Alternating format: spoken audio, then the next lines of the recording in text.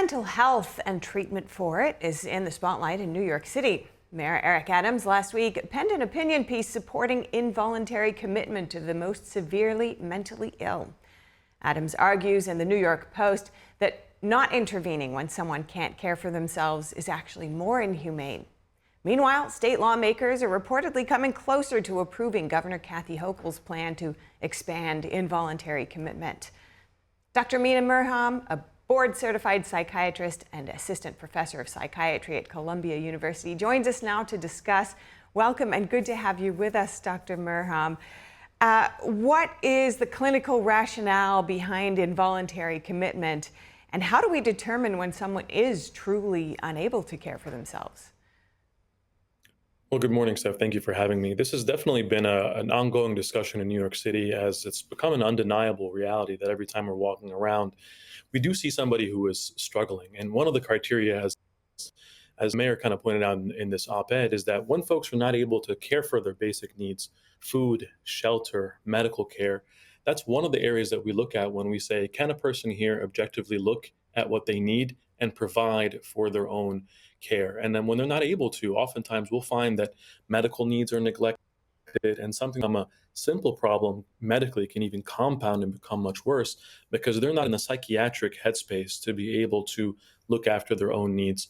Sometimes this may not look as an imminent or an immediate medical care need, but it does wind up putting an individual in a place where, this is one of the reasons why life expectancy is diminished significantly with folks with serious mental illness. And it does look like, as I said in the intro, that New York City could be coming closer to expanded involuntary commitment. And that's supported apparently by New Yorkers, the mayor citing a poll there of 90% of New Yorkers supporting that expansion of that program for the most mentally ill. But how much do you think public opinion should really weigh in on these kinds of policies? Well, when it comes to public opinion, it gives us a sense of the reality on the ground, right? This is a sense of urgency that all New Yorkers, because they're moved by compassion and saying something here has to change. This is not right. But we have to balance public opinion with the clinical compass and saying, well, what is the ultimate goal here, right? Because involuntary commitment is sort of the door of the problem, but it can't just be the be all end all. Because what we see is on a daily basis, I see patients coming into the emergency room that do meet criteria for involuntary commitment. And if we expand that, we'll have more of those patients and we commit them into the hospital. But we also know that that's not the end to the problem. Is once somebody's stabilized in the hospital, now we have to begin the real work to prevent the same cycle of saying, well, now you're going to be discharged into the community, either in the jail system, in the incarceration system, or back in the hospital. Again, we have to have the long-term plan, not just the short-term solution. Yeah, what does that look like to you? Adams had pointed to mobile crisis teams. New York City does have a Bridge to Home program. There are things in place. Is it enough? And what do you think really needs to be done? Well, this, I think, is one of the most hopeful pieces of this article. With that $650 million commitment, and we see the commitment from Governor Hochul, which is essentially very groundbreaking, really, as far as where other states are and the commitment of resources being allocated, because we have to look at the continuum of care. We have to see the individual in their moment of crisis and see how we can connect them to care, connect them to housing. Care really for a person who's struggling with a serious mental illness and homelessness needs roundabout, needs 360 kind of level of care. And that's why these resources, as far as someone respond in crisis, having someone connect to appropriate care from a pharmacological standpoint, medication, housing, looking at sort of the spectrum of care, is a hopeful element that we're seeing is going to be an expansion of this resources are available for folks, which I think is going to make a big difference. Yeah, Adams is pretty adamant that this is the compassionate move, and it seems like there are plenty of other lawmakers in New York City feel the same way. But there are critics that feel that this actually could be a civil rights violation, could re-traumatize people by taking away their autonomy. Is there a chance that this could be misused? Where does medical ethics fall on that? Yeah, this is definitely a nuanced part here, Steph, because what we're balancing is, on the one hand, taking away someone's right to be able to live the way that they feel is best is a sacred thing for us in the medical ethics community. And we have to have a high bar to be able to do that.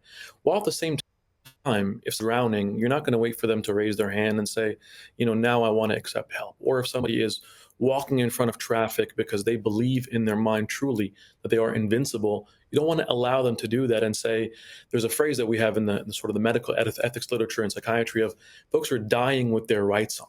In the effort sometimes to protect people's rights, we may allow them to be in a place that's dangerous. But on the other hand, we don't want this to be so expanded that it can be misused for folks who are already marginalized, folks of color, that they can be almost targeted by this as well. So as long as we're keeping our sort of gold standard here, which is to do no harm, to prevent harm for folks, be our guiding light in this conversation. And many other states do already have involuntary commitment for non-dangerous criteria. What do you think that New York City can learn, or New York can learn from those states and what they've applied so far?